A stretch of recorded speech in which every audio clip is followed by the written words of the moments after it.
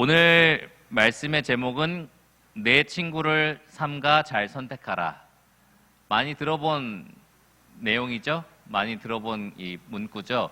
어디서 들어봤어요? 예, 찬송가. 음악도 생각나죠? 예, 네, 맞아요. 잘 선택하고, 근데 잘 선택하라로 바꿔서 이렇게 제목을 붙여봤습니다. 본문은 고린도전서 15장 33절에서 34절까지입니다. 여러분, 친구를 가려서 사귄다라고 말할 때 그 말이 어떻게 들리세요? 나는 친구를 가려서 사깁니다. 안 좋게 들리죠? 좀 인간미가 없다. 어떻게 자기 유익을 위해서 친구를 가려서 사귈 수 있느냐? 주변에 있으면 이렇게 내가 친구로 삼고, 또 친구가 없는 사람을 보면 가까이 다가가서 또 가까운 이렇게 친밀함을 나누는 그런 사람이 돼야지, 이런 생각이 아마 드실 거예요. 그런데 여러분은 모든 사람을 다 친구로 삼으십니까?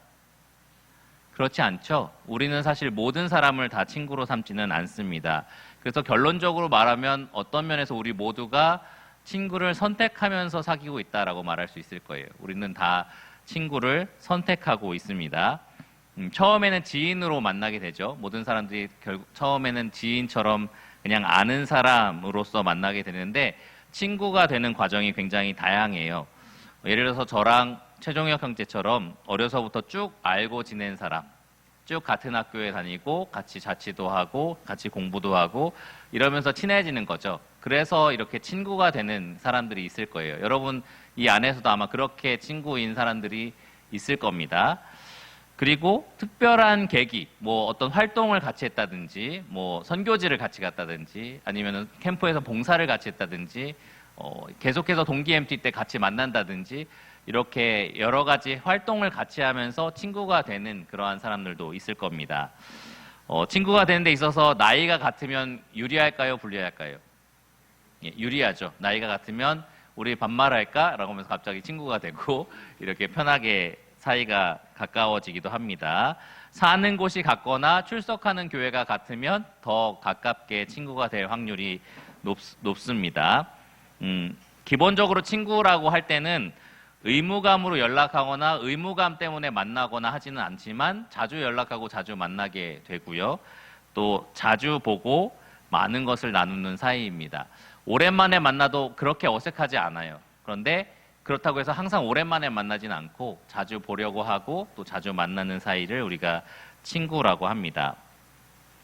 성경은 친구에 대해서 생각보다 많은 이야기를 하고 있어요. 많은 지혜를 제공합니다. 특별히 솔로몬의 잠언에서 친구에 대해서 뭐라고 표현하냐면 잠언 17장 17절에 사랑이 끊어지지 않는 관계라고 말을 하고요. 18장 24절에서는 형제보다 친밀한 관계라고 얘기를 합니다. 혹시 나의 형제 자매보다 나는 친한 친구들이 있다. 예, 저기 오빠는 안 들고 동생은 들었는데 굉장히 신기하죠. 근데 저도 그런 것 같아요. 동생과 보낸 시간과 친구와 보낸 시간을 생각해 보면 월등히 친구랑 보낸 시간이 물론 집에서 겹치는 시간을 생각하면 가족들도 많이 시간을 보내긴 하지만 조금 질적으로 더 깊은 교제를 나눴다든지 이런 걸 생각해 볼 때는 친구랑 훨씬 더 많은 시간을 보낸 것 같아요. 그리고 잠언 27장 6절에 보면 친구는 충직으로 아프게 책망할 수 있는 관계라고 얘기를 해요. 다른 사람은 쉽게 나의 단점을 얘기하지 못하는데 친구는 정말 충성스럽게 그런 이야기들을 해줄 수 있는 사람이다라는 겁니다. 잠언 27장 9절에 보면 충성된 권고를 해줄 수 있는 관계라고도 했고요. 또 잠언 27장 17절에 보면 철이 철을 날카롭게 하는 것 같이 얼굴을 빛나게 하는 관계라고도 말을 합니다. 그러니까 여러분의 친구는 여러분들을 더 날카롭게 다듬어 주어서 밝게 빛날 수 있는 그렇게 해줄 수 있는 도움이 되는 사람들이라고 얘기를 하는 거예요. 이러한 묘사들을 이렇게 들었을 때 여러분 이렇게 연상되는 친구가 있으세요? 정말 이런 친구가 나한테 그런 친구지. 나보다 형제보다 귀하고 사랑이 끊이지 않는 관계고 나한테 때로는 조언도 해줄 수 있고 나를 올바른 길로 인도해주고 나를 빛나게 해주는 유익이 되는 그런 친구가 있어. 이런 생각이 드는 사람. 안 드는 사람. 슬픈 사람인가요? 네. 드는 사람도 있고 안 드는 사람도 있고 드는 사람이 아주 많은 것 같아요. 우리가 이렇게 좋은 친구가 우리에게 유익이 된다라는 것은 이론만이 아니라 실제로 여러분이 진짜 경험하는 일들일 겁니다. 좋은 친구는 힘들 때 위로와 격려를 주기도 하고요. 저도 지난 세월을 돌이켜보면 친구들이 참 많은 위로와 격려를 줬던 것 같아요. 또 기쁨을 나눴을 때 그것이 2배로 늘어나기도 하고 슬픔을 나눴을 때는 절반으로 떨어지기도 합니다. 잘못을 과감하게 바로 잡아준 적도 있었고요. 또 좋은 친구는 이렇게 하나님이 나에게 내려주신 은혜로운 선물과 같다라는 생각을 하게 돼요. 그래서 매일 기도하는 시간에 저는 친구들을 위해서도 하나님 이렇게 좋은 선물을 주셔서 감사합니다라고 항상 기도를 하고 있어요. 정말 친구는 하나님 주신 좋은 선물 중에 하나인 것 같습니다. 근데 여러분, 좋은 친구가 있는가 하면 나쁜 친구도 분명히 있어요. 가까이 하면 점점 더 하나님에게서 멀어지게 만드는 그런 악한 친구들이 분명히 있다는 겁니다. 삶이 죄로 더럽혀지게 하고요. 그래서 우리가 오늘 본문을 통해서 어떤 친구가 나쁜 친구인지를 좀 살펴보려고 합니다. 나일 수도 있어요. 나쁜 친구가 여러분 자신일 수도 있다는 겁니다. 한번 생각해 보시고, 나쁜 친구를 그러면 우리가 어떻게 대하는 것이 옳은가? 악한 친구를 어떻게 대하는 것이 옳은가? 악한 친구란 누구인가? 1번. 그럼 악한 친구를 어떻게 대하는 것이 옳은가? 2번. 이렇게 해가지고 차근차근 좀 살펴보려고 합니다. 오늘 본문을 통해서 하나님의 뜻은 무엇인지 좀 생각해 보겠습니다. 고린도전서 15장 33절과 34절인데요. 찾으셨으면 다 같이 한번 읽어보겠습니다. 신약성경 283페이지에 있어요. 33절 시작. 속지 말라. 악한 동무들은 선한 행실을 더럽히나니 깨어 의를 행하고 죄를 짓지 말라. 하나님을 알지 못하는 자가 있기로 내가 너희를 부끄럽게 하기 위하여 말하노라. 네, 33절의 유일한 명령어를 한번 찾아보실까요? 뭐 같으세요? 네, 속지 말라입니다. 국어사전에서 속다라는 이 뜻을 살펴보면 남의 거짓이나 꾀에 넘어가다라는 뜻을 가져요. 근데 이렇게 인지적으로 내가 잘못된 생각으로 빠지게 하는 것만 가리키는 것은 아니고요. 원어적인 의미를 살리면 나의 삶 자체가 잘못된 길로 들어서는 것까지를 말합니다. 나의 이 거짓으로, 상대방의 거짓 때문에 내가 그냥 생각에서만 속은 것이 아니라 내 행동까지도 망가지게 되는 것을 말한다는 거예요. 잘못된 길로 빠지고 악한 일에 동참하게 되는 것까지 포함하는 그러한 개념입니다. 특별히 사도 바울은 12절까지 12절부터 바로 전절까지 뭘 얘기했냐면은 죽은 자 가운데 부활이 없다고 하는 사람에 대한 반박을 했었어요. 죽은 자 가운데 부활이 왜 없냐? 예수 그리스도도 부활하셨다. 1절에서 11절까지 그렇게 예수 그리스도를 부활하셨다는 걸 입증할 수 있는 증인들을 쭉 댑니다. 처음엔 누가한테 나타나셨고 500여 형제도 있고 나한테도 나타나셨다 이런 식으로 증명을 했어요. 그리고 나서 12절부터 오늘 본문 바로 전구절인 32절까지 예수님의 부활이 참이라면 죽은 자의 부활도 참이다라는 식으로 이제 설교를 합니다.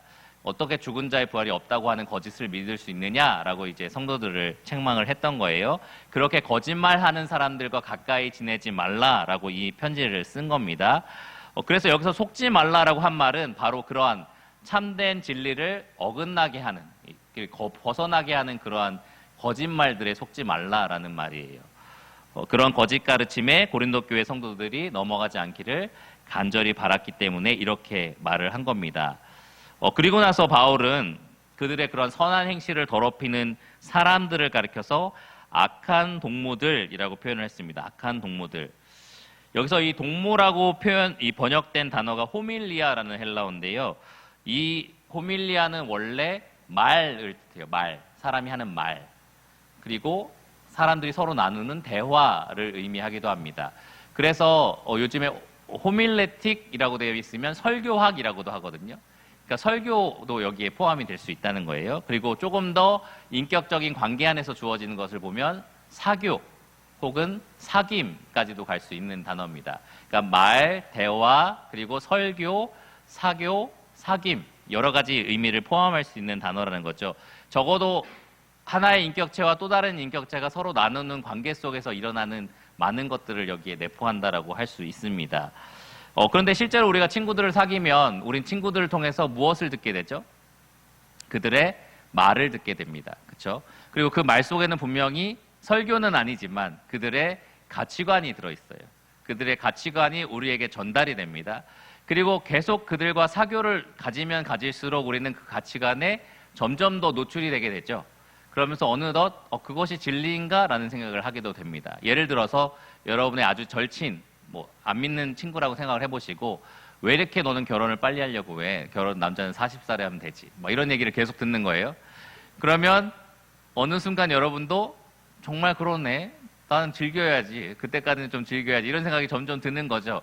너 집 준비해놨어? 차 준비했어? 그래야지 행복해. 이런 얘기를 주변에 있는 친구들이 하는 겁니다. 그러면 정말 그러네. 아무것도 준비한 게 없는데 그럼 결혼을 못 하는 거구나. 이런 생각으로 점점 들어가는 거죠.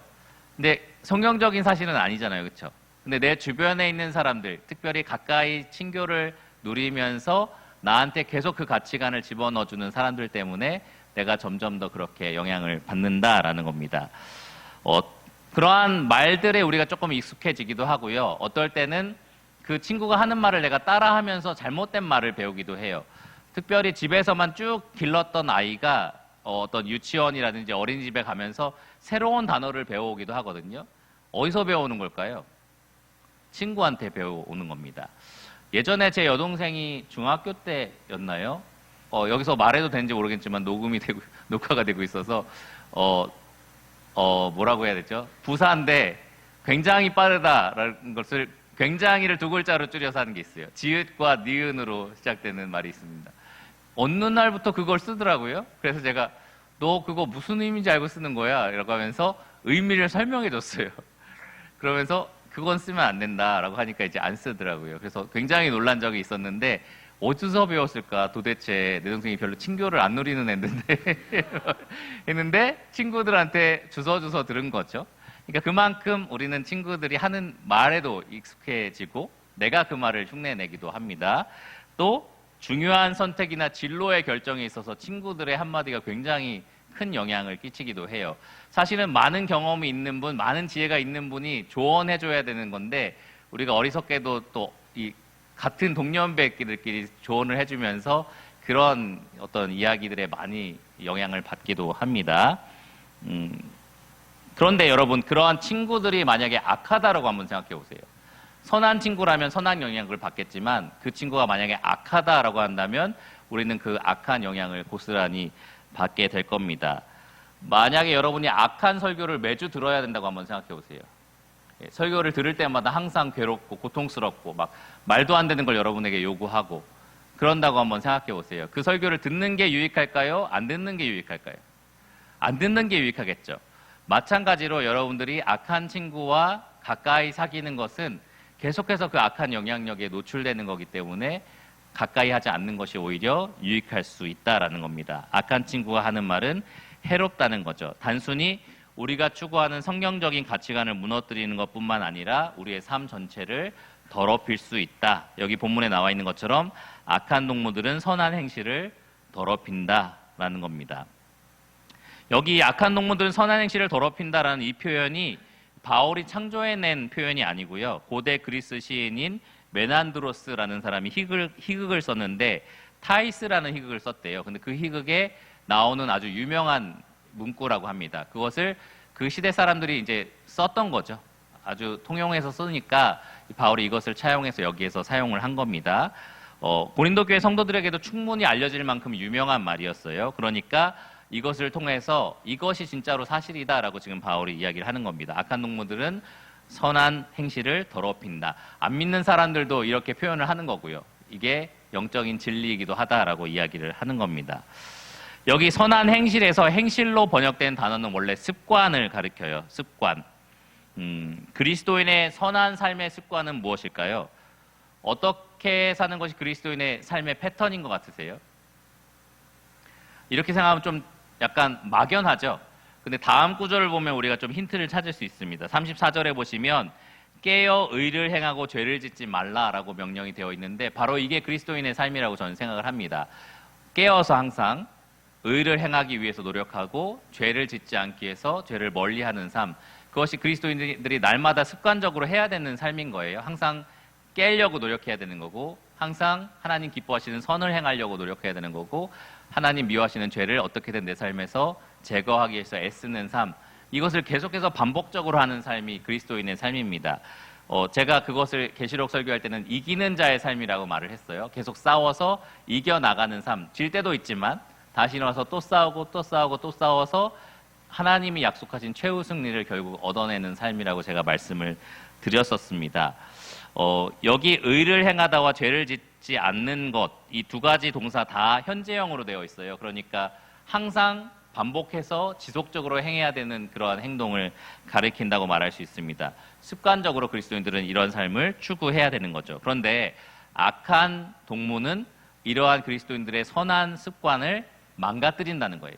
그러니까 반대로 얘기하면 옳은 행동은 하지 못하도록 막는 일을 하고 죄를 짓지 않으려고 하는 것들은 어떻게든 부추겨서 죄를 짓도록 만드는 일을 악한 동무는 우리 옆에서 그렇게 한다라는 겁니다.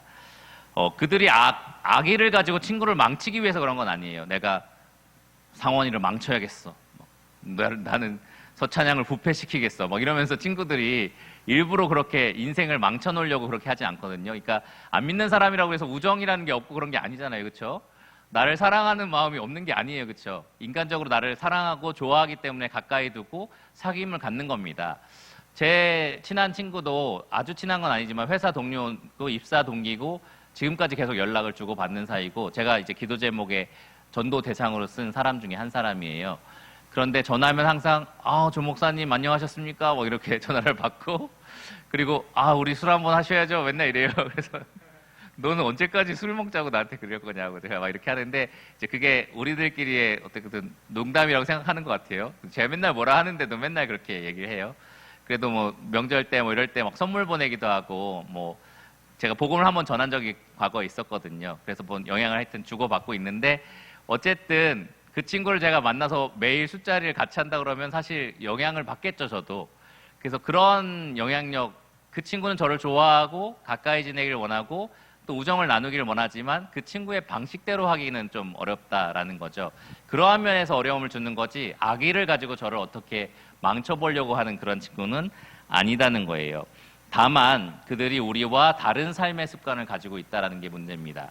우리와 다른 삶의 가치관을 가지고 있고 다른 삶의 습관, 우리는 어떻게든 하나님 기뻐하시는 삶을 살기를 원하고 어떻게든 하나님 미워하시는 악을 멀리하기를 원하지만 그들은 어떻게든 자기가 기뻐하는 대로 자기 육체가 원하는 대로 사는 것이 목적이거든요.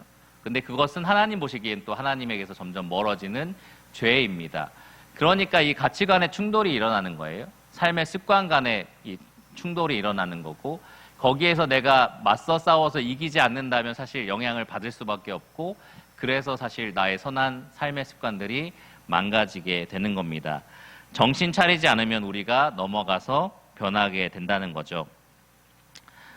여러분 새해 꼭 읽기 시작하는 말씀 중에 하나가 시편 1편인데요. 시편을 1편부터 이제 읽어가자 이러면서 이제 쭉 읽게 되는데 1편에 뭐가 나와요? 어떤 사람이 나옵니까? 복 있는 사람이 나옵니다.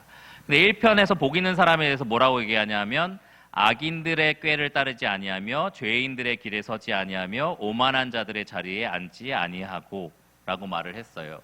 우리는 뒤에 있는 율법을 주야로 묵상하면은 많이 생각하고 그래서 그리스도인으로서 많이 말씀 묵상하려고 노력을 해요. 근데 그 앞에 있는 부분도 우리가 좀 진지하게 생각을 해봐야 돼요. 내가 이 악한 동무와 관련 있는 말씀들이잖아요. 내가 진짜 그 거짓된 말, 악인의 꾀에 넘어가지 않고 있는가, 속지 않고 있는가, 그들의 거짓된 삶, 그들의 길, 죄인들의 길에 서지 않고 있는가, 또 그들이 모인 장소, 자리죠. 이 악인들의 자리에 내가 함께 앉지 않고 있는가, 그것을 좀 고민해 보셔야 됩니다. 나에게 특별히 영향을 주는 그러한 자리는 혹시 있지 않는가를 좀 가만히 생각해 보셔야 됩니다. 이렇게 말씀을 전하면은 아마 바울이 했던 이 말씀이 떠오르는 분들이 있을지 몰라요. 음행하는 자들 중에 이 가까이 하지 말라라고 내가 말한 적이 있었는데 그것은 형제에 대한 얘기였지 세상 사람의 얘기가 아니다 이렇게 말한 적이 있었거든요. 그러면서 세상 사람 중에 음행하는 사람과 가까이 하지 않으려면 너네가 세상 밖으로 나가야 된다 이런 얘기를 한 적이 있어요. 무슨 말이냐면 우리가 친구를 사귀는 기준을 그리스도인의 기준으로 잡아버리면 진짜 이 세상 사람들은 아무도 친구가 될 수 없다라는 얘기예요. 우리가 복음을 전해야 되는데 사실 만날 수가 없는 존재가 되는 거죠, 다. 그러니까 그런 기준을 우리가 이 세상 친구들에게 다 엄격하게 적용할 수는 없다라는 거예요. 분명히 그들에게 있어서 우리는 조금 다른 기준을 가지고 있어야 합니다. 그런데 그 밖에 있는 친구들을 사귈 때 우리가 꼭 기억해야 될 것이 있는데 그것이 따라 나오는 말씀인 34절 말씀입니다.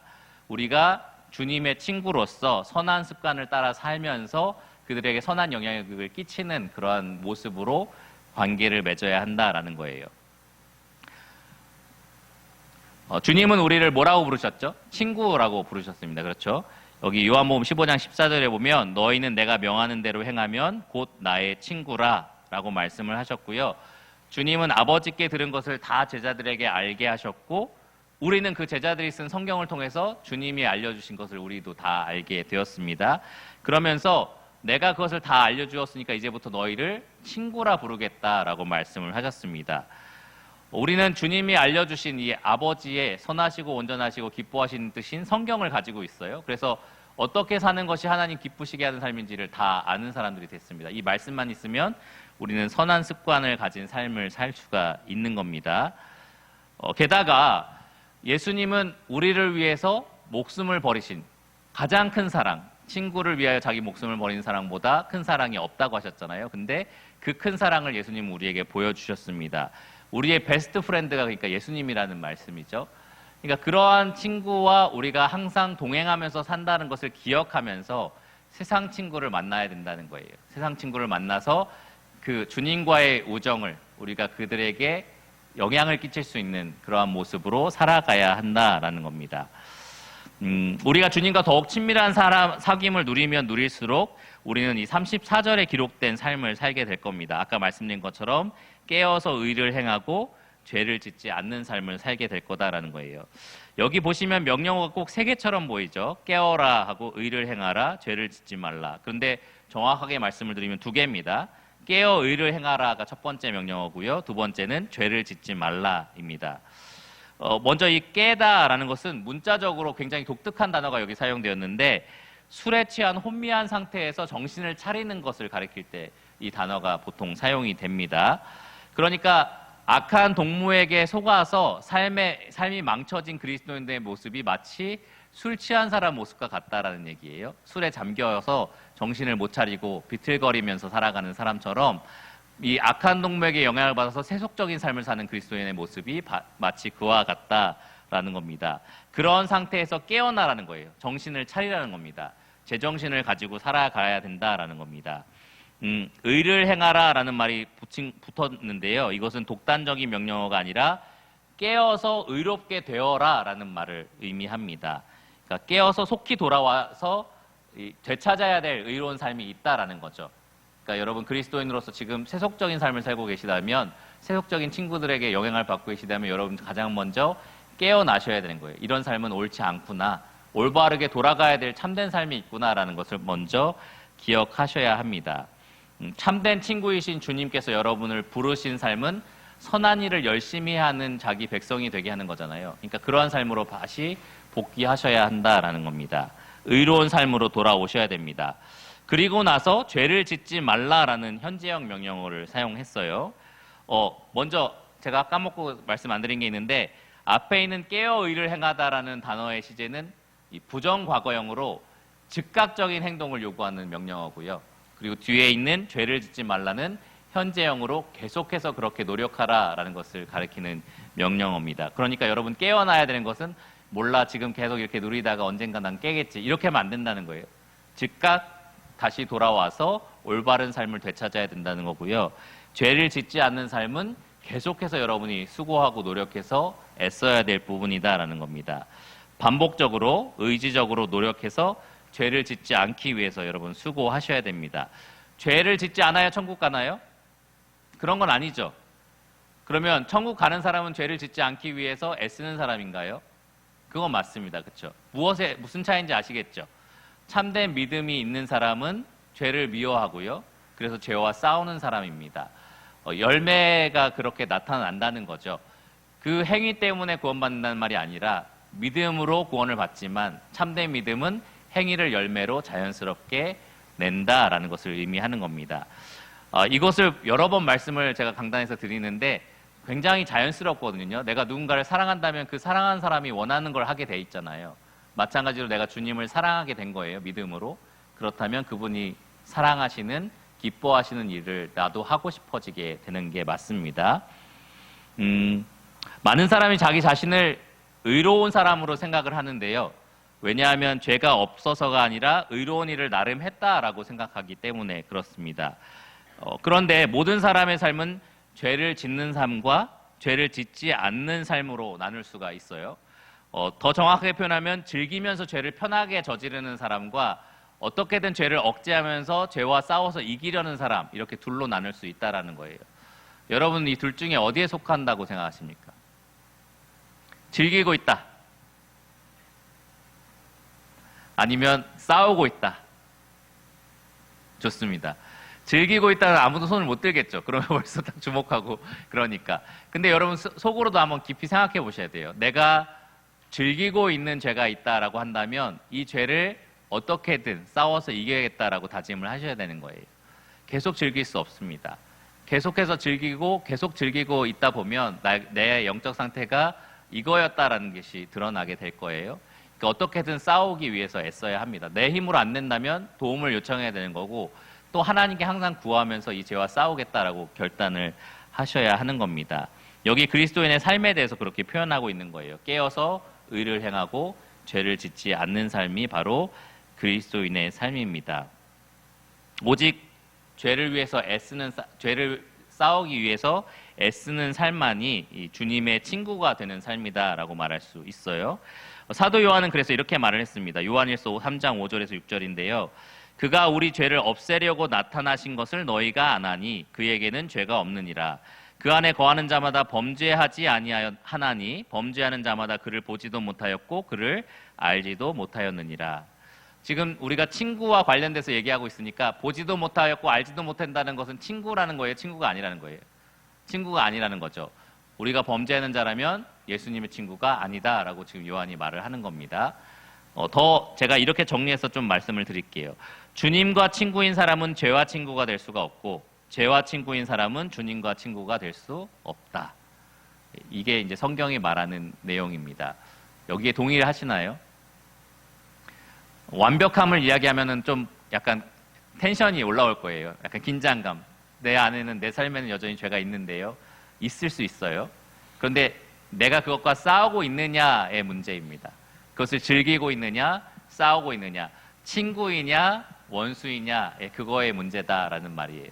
여러분, 그 죄와 원수가 되어서 주님과 친구로서 죄와 원수가 되어서 싸우시기를 바랍니다. 주님과 사귐을 누리는 친구는 죄를 짓지 않기 위해서 최선을 다해 싸우게 되어 있습니다.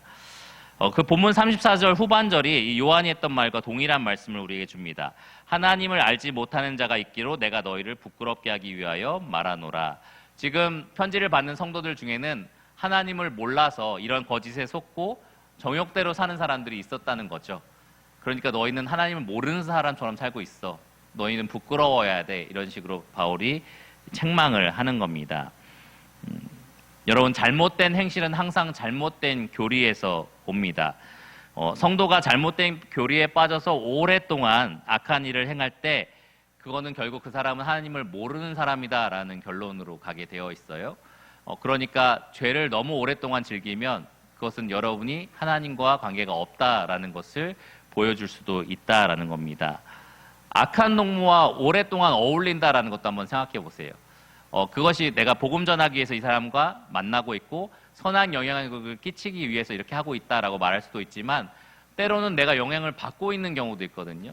그리고 점점 내 삶이 망가지고 있는 경우도 분명히 있거든요. 그럼에도 불구하고 계속 그 관계를 내가 허용하고 있다, 더 친밀하게 그 사람과 만나고 있다, 이것은 사실 굉장히 큰 문제가 있는 겁니다. 그러니까 내가 주님과 멀어지고 있다는 게 분명한데 나는 그렇게 만드는 사람과는 가까워지고 있기 때문에 굉장히 큰 문제가 되는 거예요. 제가 아는 어떤 사람은 이제 친구에게 복음을 전하기 위해서 밥을 먹고 친구는 가벼운 술을 마시는데 자기는 이제 물을 마시면서 이야기를 나누고 헤어지는 그러한 모임을 가끔 갖는다라고 얘기하더라고요. 그 정도는 건전하다라고 저는 생각을 했어요. 영향을 본인이 받지 않고 주고 있다면 괜찮겠다라고 저는 생각했는데 또 어떤 사람하고 이제 얘기를 하다 보니까 자기는 이제 대부분이 술자리를 돌려가면서 막 마시는 자리에 자기는 안 마시고 앉아 있지만 어쨌든 영향을 미칠 수 있기 때문에 그 자리에 간다. 가끔 거기에 뭐 여성들도 합석을 하고 막 이런다는 거예요. 그래서 아니 그런 자리에 그리스도인들이 계속 가는 게 말이 되나 이런 생각이 들더라고요. 그러니까 그런 것들을 우리가 좀 진지하게 생각해 볼 필요가 있다는 거예요. 내가 복음을 전하기 위해서 선악 영향력을 끼치기 위해서 그 자리에 있는데 정말 영향을 받지 않고 있을 수 있는 자리인가, 오히려 더 해가 되는 자리는 아닌가를 자세히 한번 잘 생각해 보셔야 한다라는 겁니다. 무조건 지금 방금 제가 두 가지 예시를 들었을 때 둘 다 술이 나왔잖아요. 그러니까 무조건 술이 들어가면 무조건 위험하다 이런 말은 아닙니다. 근데 어쨌든 그것이 나에게 악영향을 주느냐 아니면 선악 영향을 끼치는데 문제가 없이 그렇게 일어나고 있는 일이냐라는 것을 여러분이 잘 판단해서 결정해야 된다라는 거예요. 여러분들이 악한 동무와 있으면 그 악한 동무에게 말을 듣게 되고요. 그에게 악한 가치관을 배우게 됩니다. 악한 행실도 따라할 수 있게 되어 있어요. 그러한 악한 삶의 습관들을 여러분들이 따라서 하게 되고요. 그러면 여러분 삶에 이제 경종이 울리는 겁니다. 이렇게 사는 것이 옳지 않다라는 것을 여러분 양심이 아는 거죠. 네, 그럴 때 회개하고 돌이켜야 되는데 그러지 않고 그 친구의 정이라든지 그런 사귐이 좋아서 계속해서 그쪽으로 이끌려 가면은 여러분들이 정말 큰 위기에 봉착하게 됩니다. 그러니까 그 전에 깨어서 돌이키셔야 되는 거고요. 정말 여러분들을 그렇게 악한 더럽히는 삶으로 이끄는 관계가 있다면 그 관계를 조금 더 생각해 볼 필요가 있다라는 겁니다. 제가 조금 더 강력하게 그 관계를 끊어버려라 막 이렇게 말씀을 안 드리는 이유는 여러분 스스로 판단할 수 있게 하려고 하는 거예요. 정확한 관계를 제가 모르니까. 하지만 여러분 스스로 잘 돌이켜 보시면서 내가 맺고 있는 여러 친구 관계들 중에 정말 이 관계는 나에게 좀 해로운 것 같다라는 게 있다면 과감하게 그렇게 정리하시는 게 좋을 것 같습니다. 결론적으로 여러분 세상 친구와 어울리는 것은 참 쉽지 않은 일이에요. 우리는 단지 그들에게 술의 유혹만 받는 것이 아니고요. 온통 세상 가치관으로 가득 채워진 그들의 생각들을 듣게 됩니다. 그리고 그들의 가르침도 받게 되고요. 어쨌든 하나님을 모르는 자들이기 때문에 지식의 근본인 하나님을 아는 것을 벗어난 자들이잖아요. 그래서 여러 가지 뭐 정보들을 얻을 수는 있겠지만 그 하나님이 주시는 그런 지혜들을 우리가 그들에게는 얻을 수가 없습니다. 그래서 내가 그 친구들에게 하나님을 알게 하고 싶고 선한 영향력을 끼치게 하고 싶다는 것은 정말 좋은 의도지만 이 만남이, 그 친구와의 만남이 정말 그렇게 흘러가고 있는지를 여러분이 잘 생각해 보셔야 됩니다. 복음을 전하는 대상으로 삼았는데 사실은 내가 거짓을 배우는 대상이 되었다라고 한다면 여러분 그 관계를 조절할 필요가 있습니다. 나를 죄에 가담하게 하는 친구가 있다면 끊어내야 되는 거죠. 가끔은 결혼한 사람들이 그것 때문에 스트레스를 많이 받아요. 배우자가 만나는 친구들이 좀 안 좋은 친구들 같아요. 이런 상담들도 많이 하고요.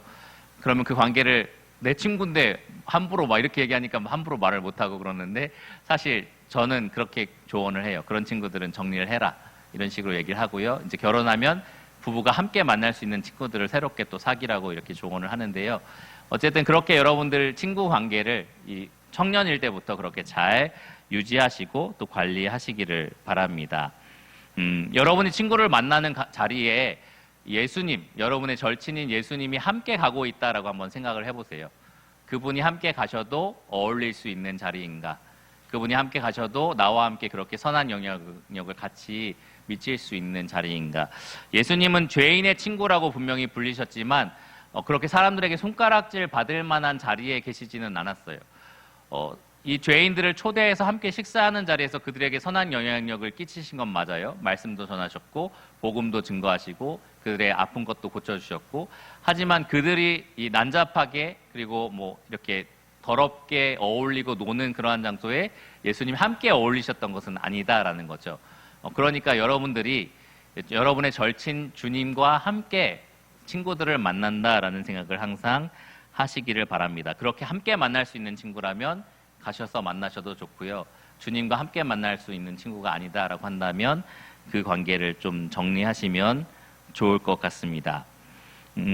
어쨌든 여러분 친구를 만날 때 정말 건전한 친구들라도 그런 친구들을 만날 때 내가 예수님처럼 선한 영향력을 끼쳐야겠다라는 분명한 목적을 세우시기를 바라요. 물론 복음 전할 거야라고 하면서 친구가 막 뭐 진로 때문에 고민이야 그러면 그거 다 필요 없어. 복음 들어. 이렇게 말하면 친구 관계가 알아서 정리가 되겠죠.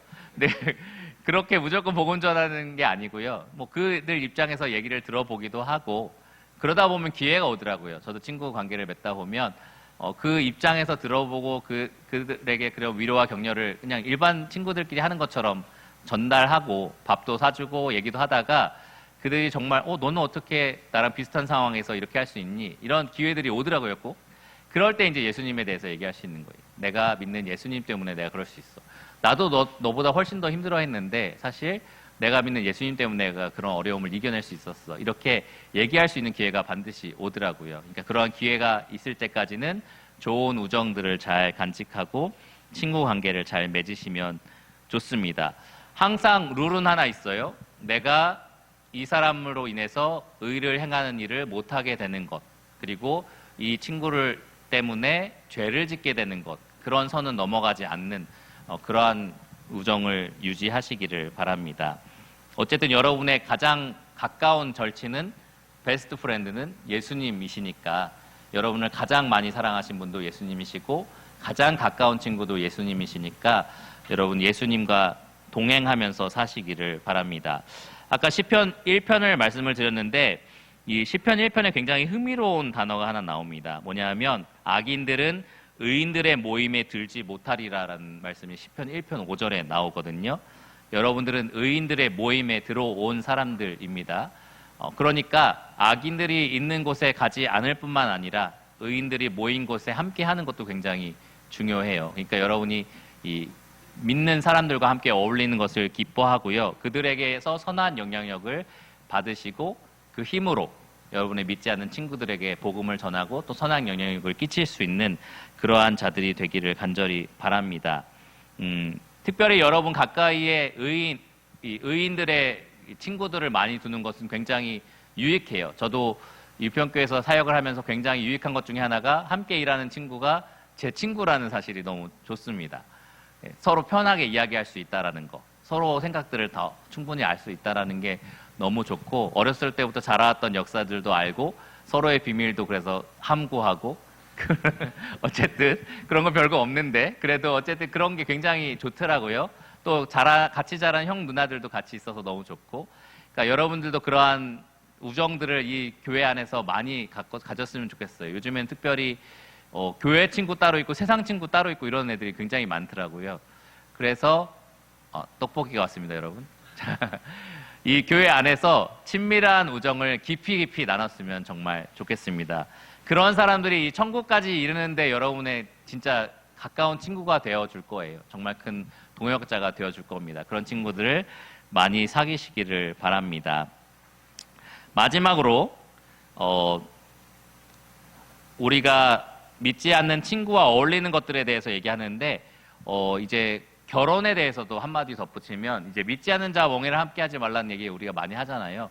결국에는 우리가 그것을 금하는 이유가 하나님께서 금하셨기 때문이기도 하지만 어쨌든 영이 다르기 때문에 그런 영향을 받게 되어 있거든요. 가치관이 다르기 때문에 삶의 목적이 다르기 때문에 그러니까 이 믿음이 같고 의인들의 무리에 같이 있는 사람들 안에서 여러분의 배우자 대상을 꼭 찾으시고 그렇게 아름다운 가정을 이루시기를 또 바랍니다. 아내만큼 또 남편만큼 가장 절친은 또 없거든요. 내 인생에 있어서 가장 내 속 얘기를 잘 할 수 있는 사람이고 잘 의지할 수 있는 사람이 나의 배우자니까 나의 가장 가까운 친구고 그러니까 그런 친구를 믿음의 친구로 두는 것이 정말 중요하다라는 것을 다시 한번 강조하고 오늘 말씀을 마치겠습니다. 그러면 기도하고 잠깐 마치겠습니다. 하나님 감사합니다. 우리 유평에 있는 이 귀한 영혼들 주님께서 더해 주심에 감사를 드리고 이 청년들이 여기저기 이렇게 친구들을 만날 때에 그 친구들에게 선한 영향력을 끼칠 수 있는 믿음의 사람들이 될 수 있도록 주님께서 도와주시고 언제나 죄의 유혹이 있을 때 또 친구들의 그러한 유혹이 있을 때에 그것을 이겨낼 수 있는 힘을 청년들에게 주시기를 원합니다. 악한 동무가 있다면 청년들이 스스로 잘 선택하여서 멀어질 수 있도록 지켜주시고 또 선한 영향력을 끼칠 수 있는 친구들을 주변에 많이 주셔서 복음의 은혜를 나눌 수 있게 하여 주시기를 원합니다. 청년들이 또 서로 친밀해져서 서로 우정을 나누고 함께 믿음의 길에 동행하는 든든한 동지가 될 수 있도록 도와주시고, 또 앞으로 만날 배우자들도 믿음 안에 있어서 함께 믿음을 북돋아주고 세워주는 그런 귀한 동역자가 될 수 있도록, 가장 절친이 될 수 있도록 주님께서 축복하여 주시기를 간절히 기도드립니다. 모든 것을 예수 그리스도의 이름으로 감사하며 기도드렸습니다. 아멘.